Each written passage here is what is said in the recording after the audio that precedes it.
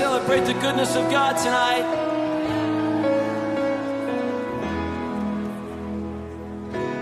Before I spoke a word, you were singing over me. You have been so, so good to me.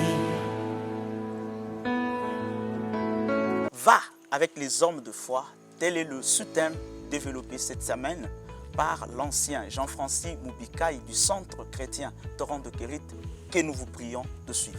Bonsoir bien-aimés dans le Seigneur, je suis le frère Jean-Francis Moubikaï Katambaï, je suis ancien de l'église au sein de l'église Torrent de Kérit.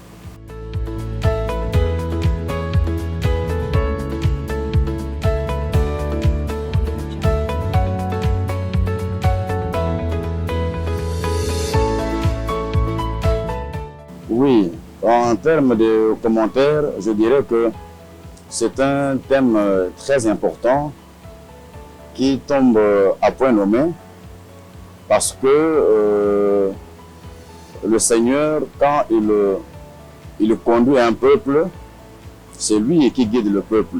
Et dans cette conduite-là, il a certainement une vision à accomplir avec son peuple, il a une mission qu'il a assignée à ce peuple-là.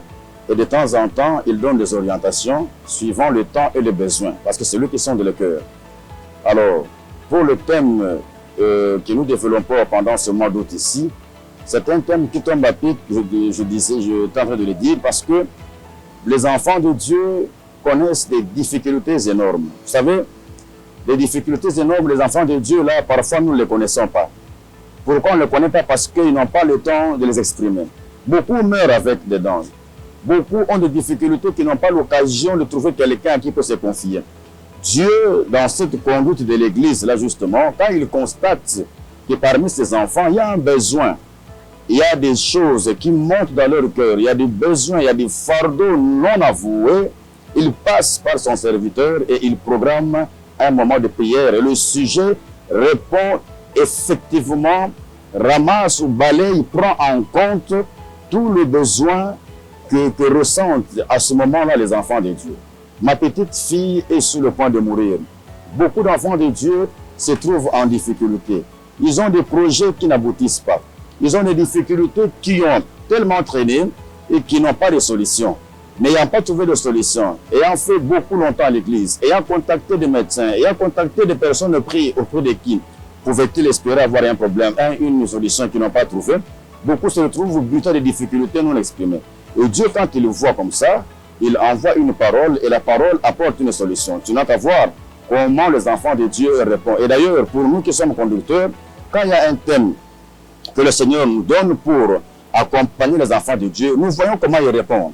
Nous voyons l'intérêt, nous voyons l'implication, nous voyons la réponse à l'assistance par rapport au thème qui est développé. Vous constaterez qu'effectivement, il y avait un besoin réel qui a été ressenti mais non exprimé, mais que le Seigneur a vu et qu'il a envoyé une parole appropriée pour que la parole-là apporte la solution. Il y a des gens qui sont enfermés, qui ne peuvent pas parler à une tierce personne. Mais quand vous lui donnez l'occasion de prier, et surtout dans la prière, là, quand vous touchez à son problème, la personne sait parler, la personne trouvera nécessairement la solution, parce qu'à ce moment-là, il se sentira libre de parler devant le Seigneur. Donc moi je crois qu'effectivement, il y a des enfants de Dieu qui étaient au bout de souffle, au bout de leurs difficultés, ils ne savaient à quel sens se vouer, et Dieu ayant vu cela, il a envoyé un thème, ma petite fille est sur le point de mourir. Mon problème est sur le point de mourir. Le plus important est que ce problème-là est posé à Dieu. La personne qui la pose soumet la difficulté à Dieu. Donc ça tombe à pic que les enfants de Dieu, qui ne peuvent pas parler au pasteur, peut-être qu'il n'est pas disponible, aux anciens qui ne sont pas disponibles, ont un temps pour s'adresser directement à Dieu en posant un problème qui est tellement rongé sur le point de l'emporter. Donc c'est un sujet vraiment nécessaire qui tombe à point nommé.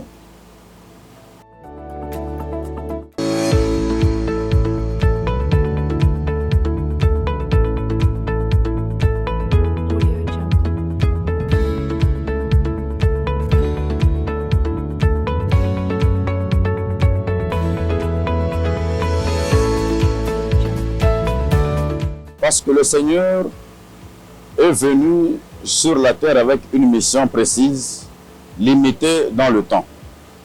Et l'objectif de sa mission était non seulement de l'accomplir, mais également de préparer la relève des personnes qui devraient pérenniser l'œuvre que le Seigneur a commencée. Et le Seigneur, on l'appelait Rabbi, pas pour rien, parce qu'il savait identifier, suivant les capacités de la personne, suivant les talents de la personne, suivant la disponibilité de la personne, à qui confier une tâche dans le sens de pérenniser l'œuvre qu'il a commencée. Alors là, vous avez, et puis le Seigneur n'intervenait pas, n'appelait pas n'importe qui à tout moment. C'était lié aux circonstances qu'il rencontrait, qui nécessitaient des personnes appropriées, préparées, pour pouvoir, n'est-ce pas, aborder, n'est-ce pas, conduire la chose qui a été ainsi exprimée. Ici, il y avait un cas de la fille de Jairus. Le Seigneur, par ce thème-là, il a voulu nous apprendre que dans la mission qu'il nous confie, il choisit des personnes qui sont capables. Voilà pourquoi il est très important quand on marche avec le Seigneur, qu'on puisse être toujours prêt. Voilà pourquoi on l'appelait maître. Quand il enseignait, il faut l'écouter, se préparer, montrer des dispositions appropriées qui peuvent nous pousser à te faire confiance de sa façon à ce qu'il te confie la tâche pour pérenniser le travail.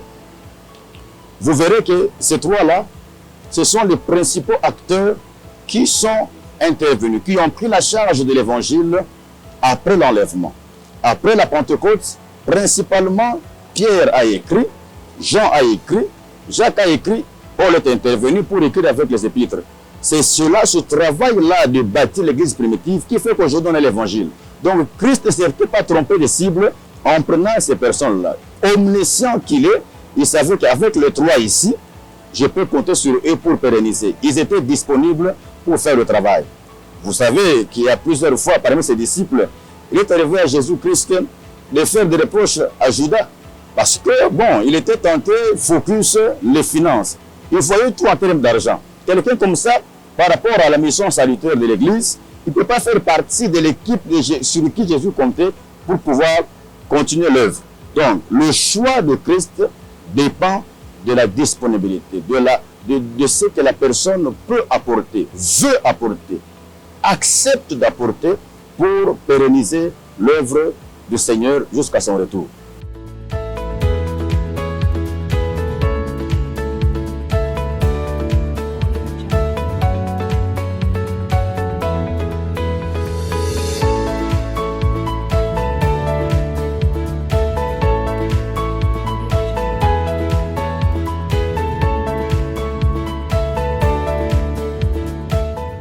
C'est une très bonne question.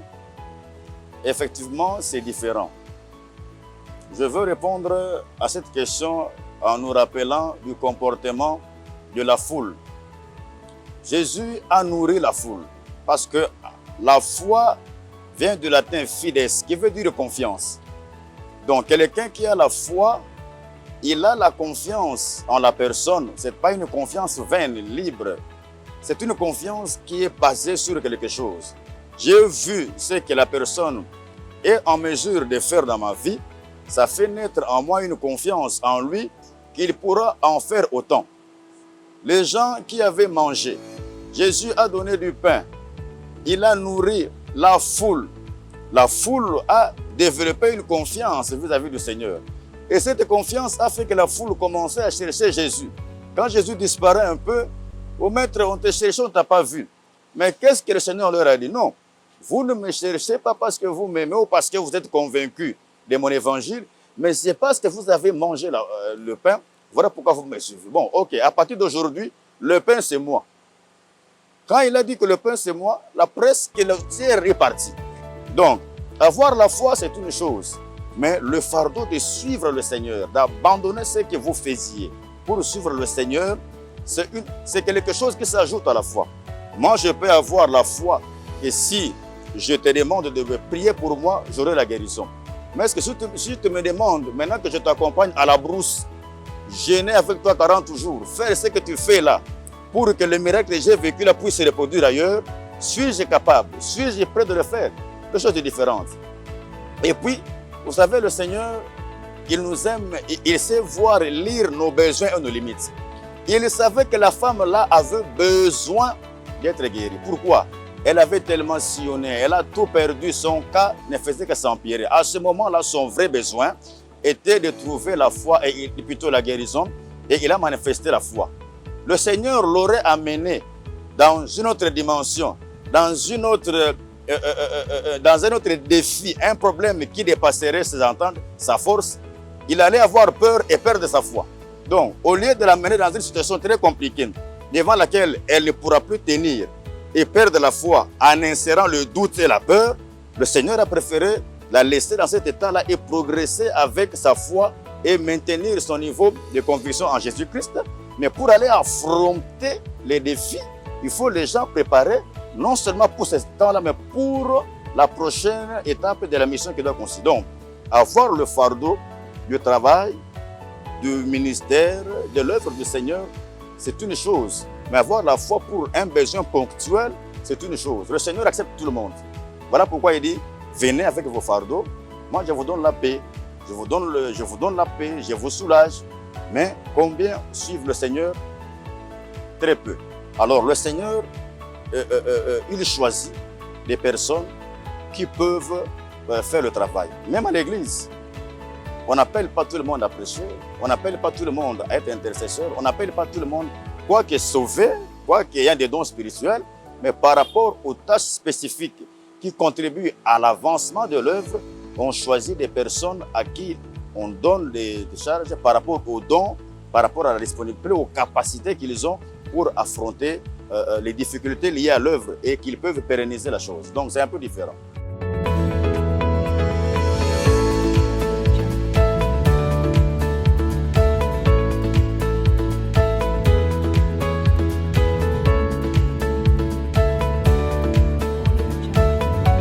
Celui qui a le fardeau peut, celui qui a la foi, commençons par celui qui a la foi, celui qui a la foi,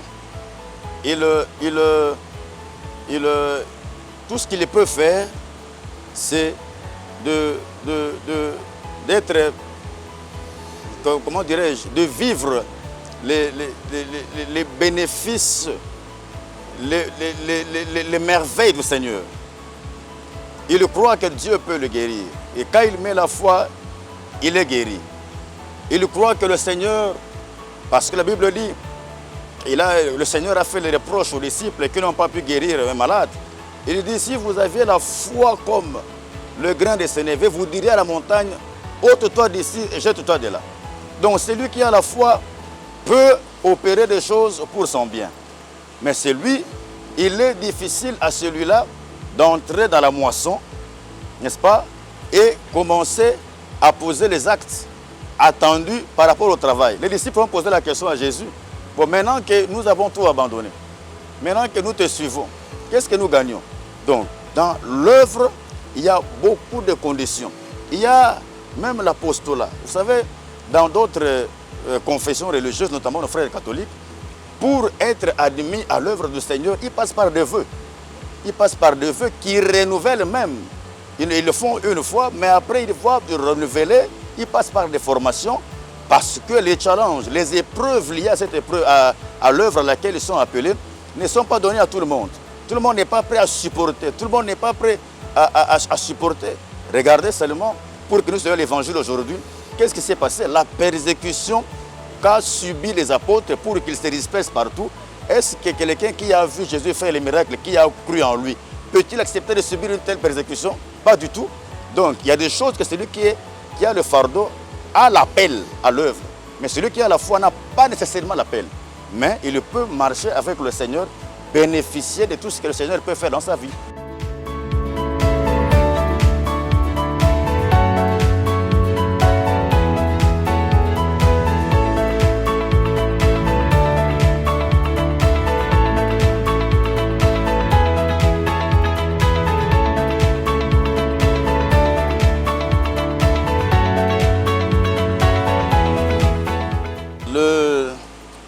La leçon principale que nous tirons de ce sous-thème, c'est que le Seigneur compte sur nous pour nous associer à son œuvre, à son ministère.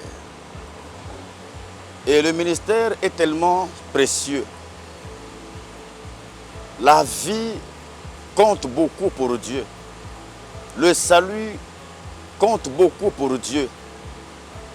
Et cela se manifeste par le prix qu'il a payé. Au regard du prix qu'il a payé, il ne permet pas que n'importe qui vienne jouer, perturber, faire échec à l'œuvre qui est pourtant salutaire pour les hommes pour qui il a donné son sang et son corps. Et pour cette importance de salut, Dieu ne permet pas à n'importe qui de venir s'associer pratiquement à son œuvre. Souvenez-vous de la parabole des livrets. On a dû arracher l'ivraie parce qu'il étouffait le blé. Mais c'est une plante comme le blé. Et pourquoi on a arraché ça? Parce qu'il ne contribue pas au développement du blé, qui est l'image de l'œuvre du Seigneur. Les peureux, ceux qui ont le doute, ceux qui ne peuvent pas contribuer, apporter quelque chose pour l'œuvre. Parce que autant que le Seigneur était venu sur la terre avec un temps limité, autant qu'il est parti, il y a un temps que lui seul connaît pour venir prendre. Voilà pourquoi on parle des temps de la fin, les difficultés des temps de la fin. Tout est lié à un temps, seul lui connaît. Et par rapport à ce temps-là, le Seigneur ne permet pas à ce que n'importe qui puisse intervenir pour barrer la route au développement de l'œuvre de l'Évangile. Voilà pourquoi il choisit les personnes qui sont disponibles pour le servir. Ici, nous retenons que nous qui sommes appelés enfants de Dieu, nous qui devrons manifester la puissance, l'œuvre du Seigneur, nous qui devons montrer à la face du monde que l'évangile de Jésus-Christ est vrai, nous devons par ailleurs être disponibles, comprendre, accepter ce que Dieu veut de nous pour que nous puissions être ceux-là qui le représentent valablement, des vrais ambassadeurs qui comprennent la mission du Seigneur et qui l'exécutent à bon escient pour la gloire de Dieu. C'est en cela que nous avons résumé ce thème-là, écarter tout ce qui ne peut pas aller avec le Seigneur, parce qu'il constituerait un blocage. Et même pour l'œuvre, dans nos vies au quotidien, toi qui as la vision pour tes enfants, toi qui as la vision pour ta femme, pour ton foyer, tu dois être vigilant pour identifier tout ce qui peut venir empêcher à ce que tu puisses accomplir ta vision. Parce que cette vision-là, tu ne l'accomplis pas par un bâton magique, c'est des sacrifices. C'est un prix à payer pour que les enfants étudient. Il y a un prix à payer pour que tes enfants obtiennent une bonne éducation que tu leur offres. Mais tu ne permettras pas que tes enfants fréquentent les koulouna. Les koulouna ne sont pas appropriés pour que tu atteignes tes objectifs. Tu vas les écarter. Ce qui est valable pour l'œuvre du Seigneur est valable pour la vie au quotidien. C'est un grand enseignement que Dieu nous a donné là-bas pour écarter, même pour nos enfants, même pour nous-mêmes, on dit que l'homme est né bon, c'est l'environnement qui le rend mauvais. Donc, nous devons être vigilants sur l'environnement que nous fréquentons par rapport à ce que nous voulons faire pour atteindre nos objectifs. Autant que nous pouvons le faire pour nous-mêmes, autant que Dieu le fait. Nous avons intérêt à le faire. Nous avons vu qu'effectivement, ceux-là qui étaient disposés, Pierre, Jean et Jacques, le Seigneur les a fortement utilisés. Et si Dieu t'utilise, c'est pour de bonnes fins. Tu es un maillon sur la chaîne sur lequel Dieu peut compter, sur lequel Dieu peut s'appuyer pour atteindre ses objectifs. Et pour moi, c'est une bénédiction. Parce que tout cela s'accompagne avec Dieu.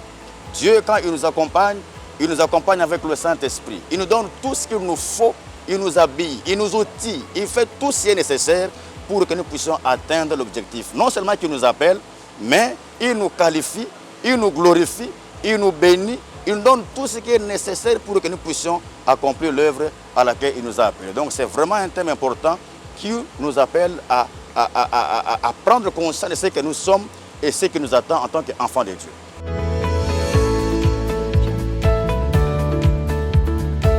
Merci, tendre Père, nous te disons merci pour ce moment que tu nous donnes.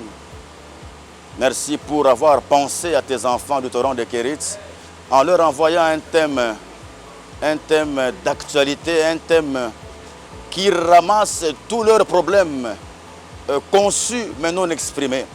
Les enfants de Dieu croupissent Les enfants de Dieu emmagasinent des difficultés, peut-être qu'ils n'ont personne à qui se confier.